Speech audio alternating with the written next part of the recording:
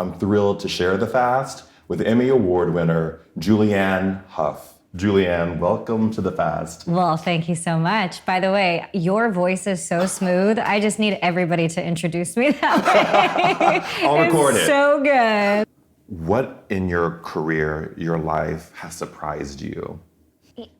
Ooh, that is such a good question. In 1994, you were diagnosed with Hodgkin's lymphoma, and your modeling career essentially stopped. Yes, it did. It essentially stopped, and you were so young. You were sort of at the height of your career as a model. And I wonder for you, do you remember the day that you got that diagnosis? Oh yeah, I'll do my best not to get emotional, but yeah. So I mean, there's so many things in that question that you're asking. It's such a complicated question, and it's a great question. You said that the journey that you have been on these past few years is not a book journey. You have, through the solar plexus of your life, found this vocabulary. And is that available to everyone? How did you know what to listen for and know how to name it as such? Wow, Patrick, you literally do the best interviews. Where do we nominate you for that category? There's a former, you would never want me to call him a smuggler, a former businessman from the area, started telling me what actually had happened. And then the FBI agent, who I've known for a very long time, who worked on my father's case for a long time, and is actually now a friend of mine. He was part of my dad potentially testifying against Noriega.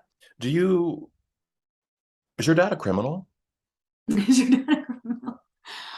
I mean, yes, I don't say he's a criminal because he smuggled marijuana. Can you talk about the role that identity and race have played in your life in general as you moved and grown through the world? This is such an amazing question, and I don't think anybody has ever asked me such a provocative and interesting question. Is the journey of kindness a singular journey to a certain extent? All journeys are singular, right? You're asking some very deep questions. Well, that's what I like them. So when we first meet you in the book, you're 5 years old. It's almost the night before Christmas, and you and your family are wandering the streets of Manhattan, and you're homeless. You write of this time, you say, on the fringes of this shiny holiday wonderland are people like us. We are great people fading to nothing. We've done this before, walked with mom all night, but for the first time in my life, though I don't have the words for it, I think we might die. Wow. I don't think I've ever heard anyone read those aloud.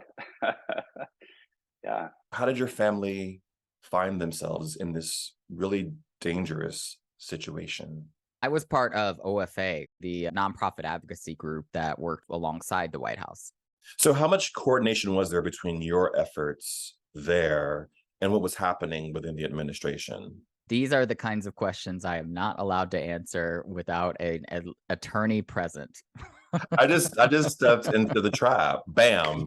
Is there a sense of guilt about the lives that you may have impacted who you were selling drugs to at that time? I've never been asked that question. That's a powerful question to ask. Patrick, thank you so much for convening these conversations and for allowing a space in the world for them to happen, because they really matter. Thank you.